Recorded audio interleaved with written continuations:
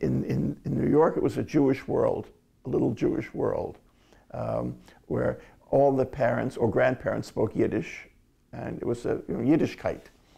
And then we moved to New Jersey in a suburban world where we were one of very, very few Jews. So it was a very, very big move for my mother in particular. I was very little. And my grandparents would visit every Sunday and bring New York Jewish delicacies like salamis and rye bread and herring and things that I loved. Those are the things that I grew up on as well. My grandfather was wonderful, and we would visit him. And even after we moved to New Jersey, we would always take every opportunity we had to visit my grandparents and stay with them and spend time in my grandfather's store, playing around, pretending to help him. And he bought me my first bicycle. He bought me I play the clarinet. He bought me my first clarinet. So he was very, my sister and I have very, very fond memories of him. He died in 1958, so I was very young. Then he was out of my life, and my grandmother was alone, and she never remarried. Said, I'm also interested now to hear his voice. All these people had accents. They spoke with heavy, and I thought, well, that grandparents are people who have accents. They come from another world, and they speak this funny language to each other. And my grandmother and grandfather, I'm not sure what kind of relationship they had, but I know that they slept in their bed in a very, very strange way. Normally, when I sleep with my wife in the bed, our heads are both on pillows, the same way. But my grandfather's head was here, and my grandmother's head would be here. And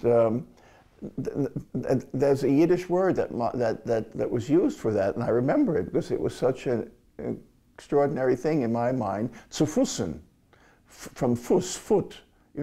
They slept with their feet the opposite way. They slept zu fussen.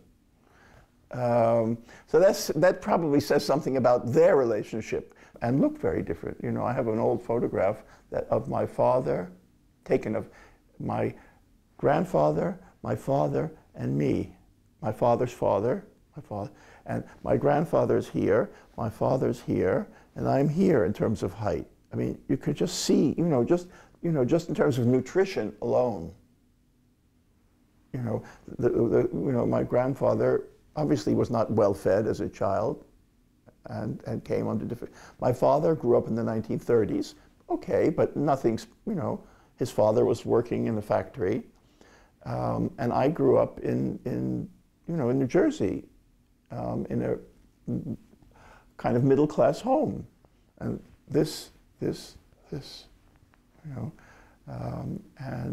so we have become different people physically. If I look back to my grandfather's face, I see features that are similar.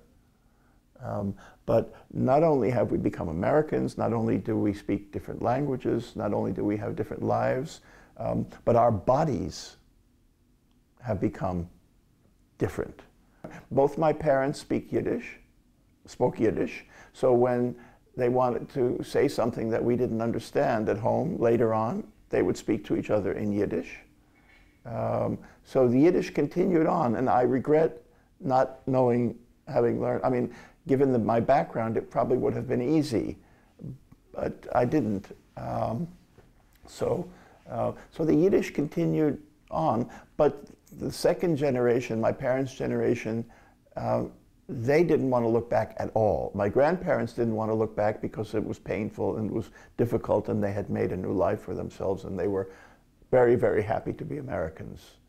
And my parents' generation, all of them, they wanted to move beyond their parents, and they went to school, they got education, they made money, and they made a life for themselves as Americans. They looked to the future.